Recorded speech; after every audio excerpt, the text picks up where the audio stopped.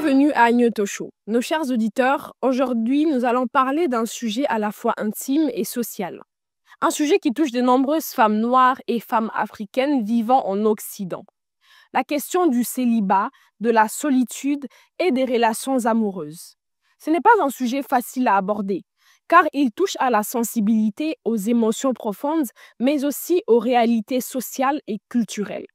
Pourtant, nous pensons qu'il est nécessaire d'en discuter avec vous. Parce que derrière chaque chiffre, chaque témoignage, il y a des vies, des histoires et parfois des blessures invisibles. Alors, posons la question ensemble. Pourquoi voit-on de Paris à Londres, de New York à Los Angeles, en passant par Montréal, tant de femmes noires ou d'ascendance africaine confrontées au célibat? Pourquoi parle-t-on de pourcentages qui dépassent les 80%, parfois même 90%?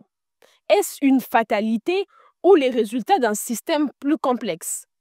Pour éclairer cette réflexion, on peut revenir sur des histoires qui marquent les esprits. Par exemple, celle de Joyce Carol Vincent, une Britannique d'origine antillaise et indienne, retrouvée sans vie dans son appartement à Londres. Plusieurs années après son décès, sans que personne ne se rende compte, elle avait un bon travail, pas de problème de drogue ou d'alcool. Et pourtant, derrière cette façade de réussite, il y avait une solitude immense. Cette tragédie interroge. Que manque-t-il dans nos sociétés modernes pour que des femmes en arrivent à disparaître dans le silence? Au-delà de ce cas particulier, beaucoup de femmes noires en Occident vivent une forme de déséquilibre. La solitude devient parfois si lourde qu'elle pousse à créer des illusions, à se construire des scénarios pour apaiser le vide. Certaines vont inventer une relation, d'autres s'acheter elles-mêmes des bagues de fiançailles, comme pour dire au monde « Regardez, moi aussi je suis aimée ».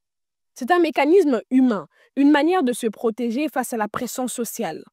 Mais ce mécanisme peut aussi devenir un piège, car en vivant dans la fiction, on risque d'attirer les mauvaises personnes, des relations toxiques ou au contraire de repousser les partenaires sincères. Il faut aussi parler du contexte social. L'Occident est une société où les idéaux de beauté et de féminité sont très marqués par des normes héritées du racisme et du racialisme. La femme blanche reste perçue comme le modèle dominant.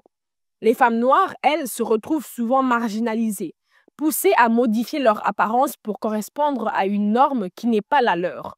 Cheveux défrisés, peau éclaircie, chirurgie, une véritable industrie qui prospère sur l'insécurité et l'exclusion. Pourtant, même après tant d'efforts, la reconnaissance n'est pas toujours au rendez-vous. Mais nos chers auditeurs, nos chères auditrices, soyons honnêtes. La responsabilité n'est pas seulement extérieure. Les hommes noirs eux-mêmes ont parfois beaucoup de parts de responsabilité. Beaucoup, par peur ou par opportunisme, préfèrent se tourner vers des femmes blanches ou métisses, pensant que ces unions ouvrent plus de portes sociales. Dans cette logique de survie, les femmes noires deviennent, malgré elles, le symbole de ce que l'on fuit, plutôt que de ce que l'on chérit. Alors, que faire? Faut-il se résigner à cette solitude massive? Nous pensons qu'il est important de rouvrir le débat. Certains évoquent la polygamie comme une solution, permettant à des femmes qui aujourd'hui vivent isolées de retrouver une place plus sociable, comme dans certaines traditions africaines. D'autres insistent sur la nécessité de réhabiliter nos propres valeurs culturelles, celles de solidarité, de famille et de communauté. Mais au fond, la véritable solution ne viendra pas uniquement d'une loi ou d'un modèle de société. Elle viendra surtout d'une prise de conscience collective. Repenser notre identité, renforcer notre estime de soi, refuser le diktat des normes imposées et surtout recréer du lien, de la solidarité et de la bienveillance au sein même de nos communautés.